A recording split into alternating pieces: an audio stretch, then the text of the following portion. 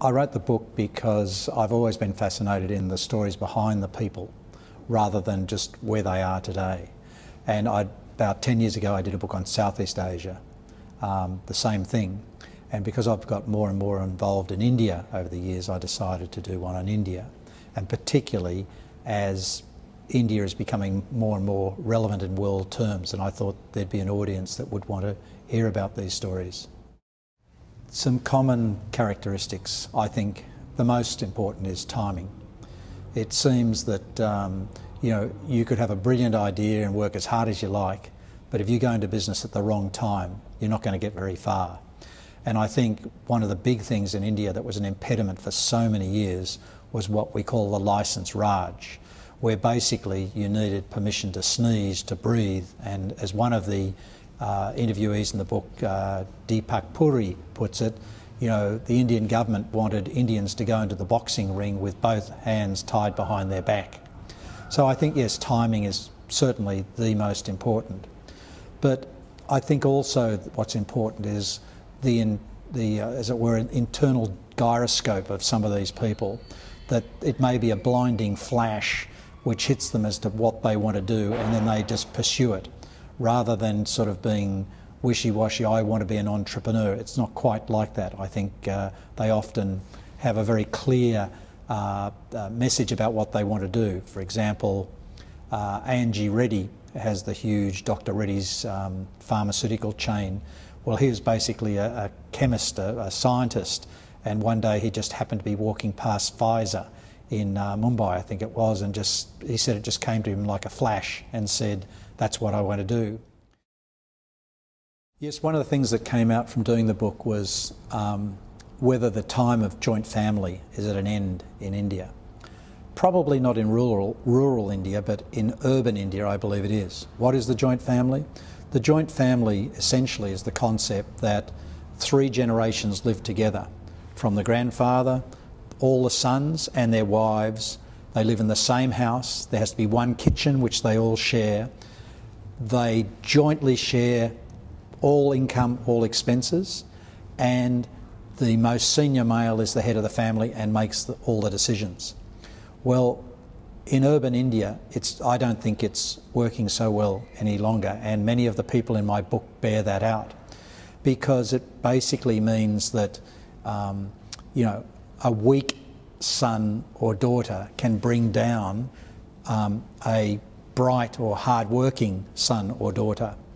And in the old days, if I can call it that, where basically everybody was on a level, and there was of course people with enormous wealth, but basically everybody was about the same. It didn't make much difference.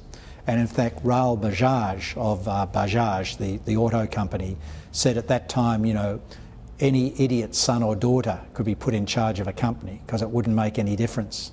But he said today, with competition and the whole world competing in India, you have to be very, very careful about this.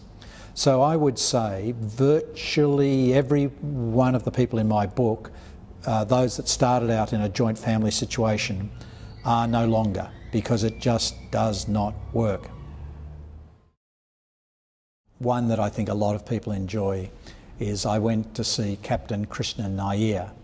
Now he is the founder of the Leela group of hotels in India, a group of many 5-star hotels in cities throughout India. And when I went in, I expected to see someone around my age or maybe a little older. But when I walked into the room, there behind the chairman's desk was this short, clearly a man in his 80s, with sparkling eyes and huge energy emanating from his small frame. He's wearing an orange shirt and braces and just full of life. Well, normally I sit down with a person for a couple of hours and get their story, but with with Captain Krishna Nair, after 4 hours he was 18 years old in his story. And so I had to come back again the next day, and I did another 4 hours with him, and I gave him the tapes, or his secretary the tapes, because I said, I can't possibly go into the depth that you've given me. But there's one particular story in his life which I think is great fun and shows the sort of man that he is. This is when he was about, I think, first year of high school. He was going to the local high school, which was supported by the local Raja. And he was sitting in the playground with, I think, about 700 kids. And he had never seen the Raja before. And so when the Raja got up onto the stage and spoke, he was shocked to find, you know, how eloquently he spoke and what beautiful clothes he wore. And while the Raja was speaking, into his mind came a poem which he made up on the spot about the sun and the stars and the Raja.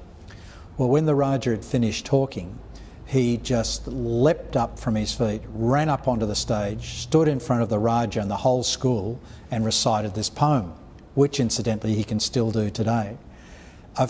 When he finished his poem, he then told the Raja, if you educate us, we will help India fight for its independence from the British. Well, the whole school was hushed into silence, the headmaster looking daggers at him, the Raja shocked at this kid that jumped up from the audience. But after he got over his initial shock, the Raja pulled Christian Iyer to him and said, "What's your name, boy?" He said, "Christian, sir, Christian." And he then turned to the headmaster and said, "Give this boy a scholarship for the rest of his time at school." And then whispered to Krishnan, "If ever you have a problem with your education, you come and see me." Well, years later, of course, he had no money to go to university, so he went to see the Raja.